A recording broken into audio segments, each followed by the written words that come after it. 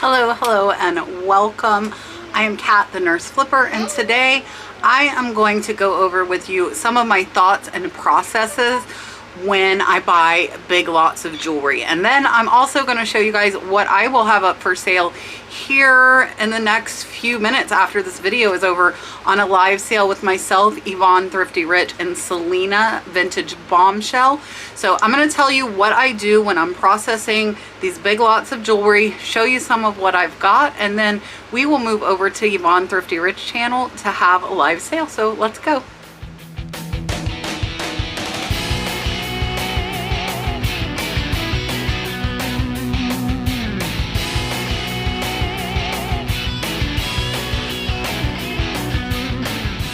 Alright, so when you buy big lots of jewelry, I'm going to show you, like, you get like big bags, right? You can buy them on places like HiBid, you can buy them on Shop Goodwill, you can buy them at estate sales, garage sales. What do you do when you come home with a big bag like that? So the first thing that I do is go through the bag and I look for any piece that is marked. Some of the more popular brands are Monet, Napier, also Trifari. There are a lot of different jewelry makers, and you also want to check to see if they are marked 14 karat or sterling silver.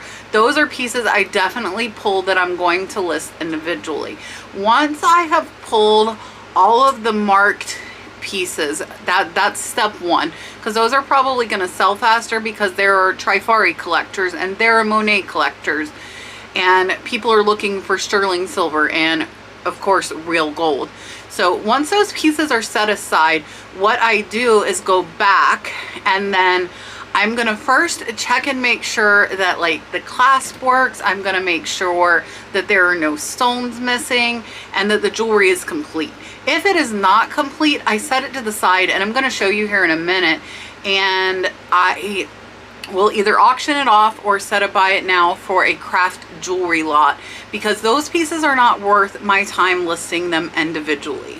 So after you've pulled all your broken pieces, then what I do is I go back and either, if I like the piece, if it's something I'm interested in and I feel like I can keyword it properly, then I'm probably going to keep it. And what I mean by that is, like, I love dragonflies and I love the ocean and I love butterflies. So pieces that have that, I feel like I could keyword. I feel like there are plenty of collectors, whether it is a marked piece or not, that I'm going to have enough search terms in order for people to find those items. And then I look, when it comes to brooches, I look for big ones that I can put their statement brooches. If they are floral, you want to, when you're looking through it, you want to think, okay, how am I going to title this jewelry?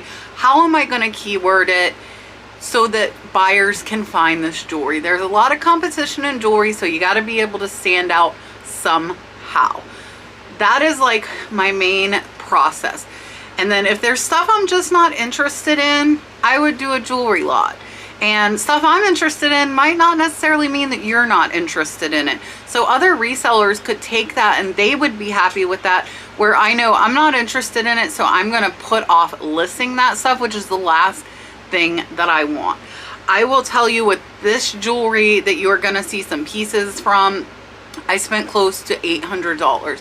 I spent a lot of money. I've already made a couple of $100s on pieces that have came out of it. They've already shipped out. You've seen some of them in what sold videos, and you'll see some in a what sold on Friday as well. So I'm already starting to get money back. A lot of this stuff is not listed. The majority of it is not listed. I'm going to show you stuff from that $800 that was an online HiBid. There were, I believe, about 10 lots that I bid on. And then I'm also going to show you some pieces for my private pick. If you have an opportunity to do a private pick, my suggestion is to do it, because I found a ton of sterling silver. I found a ton of gold. Not a ton, but enough pieces. One went out today for over $300. So make sure you look. So some of the tools you'll want to have a ring sizer, so that when you list your rings, you know what size. And I do have all of this listed on my Amazon store. I also have, like, my jewelry boxes, the display pieces that I use to photograph them, And I will, at some point, I've been really busy lately, at some point I will do a video on photographing jewelry. I just don't have time right now. And so you need your supplies to be able to list them. You need some boxes, you need a ring sizer, you want to be able to measure. I just got this cute little 12-inch light box that is absolutely amazing. That is on my listing supplies on my Amazon store. So all of this stuff you want to kind of have in place if you were thinking about doing jewelry. Let's go ahead and I'm going to show you guys some of the pieces. Again, this is going to be a shorter video because I have my live sale coming up really soon. So let's go. I am going to start off with showing you what I will be offering up on tonight's live sale here shortly. So this is a beautiful dangling hummingbird brooch, and this one is sterling. And these I did get in an online high bid auction lot. And then this little frog's legs dangle, he is also sterling silver. Beautiful, beautiful abalone shell on silver as well. And then this little dragonfly is silver. And then this is a really pretty costume necklace that I got. So these are pieces that I thought people might like for the live sale. This is a pretty enamel handmade pendant. And then I do have two pair of, they're both actually shell and abalone earrings. These are almost like angel wings. And then I got this beautiful sterling silver ring. This was from a personal buyout. This was not from high bid, so I'm just kind of showing you guys all of the different jewelry things. This is a costume little pearl ring. This is a ring I used to wear, but I lost weight and it doesn't fit, so this is size 8. I switched it for this beauty that I got for my private pick.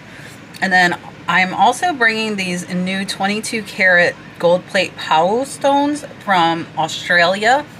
There is that one. This is a beautiful sterling silver filigree antique necklace, another Pau stone. This one is a locket. All of these Paus came from a high bid online auction. There's another one. And then this is a really pretty costume jewelry long necklace with the cluster earrings. So that is what I will be bringing for the live sale. And I'm also going to go through some of my other jewelry stuff. So this is part of my jewelry from the high bid lots, as well as in this box. And this came from my private pick. This is marked 18 karat. I don't know if this is real. It is possible it is real. And then I got this sterling silver heron. I do keep the necklaces that are marked. This one is Eisenberg. And I've also got this compact and this really pretty costume pearl necklace. Let's see what's in here. Oh, this is the matchy to the one I kept. So these are garnets, and this is 10 karat gold. So the only comp I found on the one that I'm keeping was $600. So I've got to research this one to see how much. Now let's go ahead and kind of break into some of these so I can just show you guys some of what I got and a little bit of the process of how I separate it. Here are some more of the pieces that I'm keeping, and I'll tell you guys why. So these are not marked, but they're really cute butterfly pendants. And then the owls as well. Now this one is marked 14 karat, so I'm probably going to put this one in the sale today as well. And then more owls. So if they're themed, I tend to keep them. This is a costume. It's just a gold tone, a really pretty starfish with matching earrings. That's something else I keep. So when you buy these big lots of jewelry, you kind of have to decide what you want to keep. And this necklace is Napier. There's some more Pau stone earrings, and I love doing the little pins. Those are really easy. This one here is also marked. This one is Laguna. I'm not super familiar with that, but typically if they're marked, I will keep them because they're easily searchable. And then we've got the little kiwi bird. This is a sterling silver choker, and the floral brooches are pretty easy to keyword, as well as the owls and the butterflies. This necklace is a Monet. This one is LC, and up here we have a Trifari brooch and this really pretty cameo brooch. Those do very well. So over here I have some of what I have pulled because these are broken. So they're either broken or missing a stone or a piece, and this I will put up on eBay, probably as an auction, as just a craft jewelry lot. Some additional pieces I am keeping. This is a Waterford. Here it is in the original box. And then I just love like these stone pendants. This little heart is sterling silver, so I like to keep the sterling silver. And then this is a little hand-painted brooch. Both of these bracelets here are marked, and you do want to look for the marking. This one is Monet, and I believe this one is Monet as well. Camera doesn't want to focus. And then like this carved soapstone rose does well. You really want to look at like what you like when you're keeping, if you're buying a bulk lot of jewelry. So this is a really pretty one, and I like the bright purple and the different colored beads.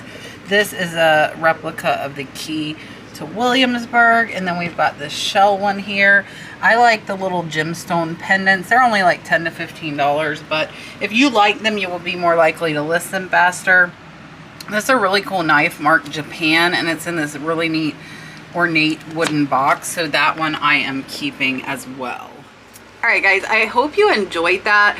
I know I didn't go through a ton, but that can be kind of boring unless you find really cool stuff, and you never know whether you will or not, and I just don't have the time is pretty much what it boils down to. I hope this video was helpful. You kind of got some ideas of what to look for when you are looking at jewelry. Definitely, again, learn some of these brands. You should see some coming up in my what solds as I list these, and look for good prices. When I buy just bulk jewelry, I try and get it for about $5 to $10 a pound. I will pay more if I know there is sterling or gold in a lot. So just look at jewelry that's selling. Watch some videos of people that do jewelry. My good friend Dale Flippin' Fiasco does a ton of jewelry. She is a great resource for learning a little bit more about jewelry. Check out my Amazon store that is linked in the description below if you would like to see what supplies I use to photograph and list jewelry. And I hope you guys have a great evening. Come on over to Yvonne Thrifty Rich and join us on our live sale right now.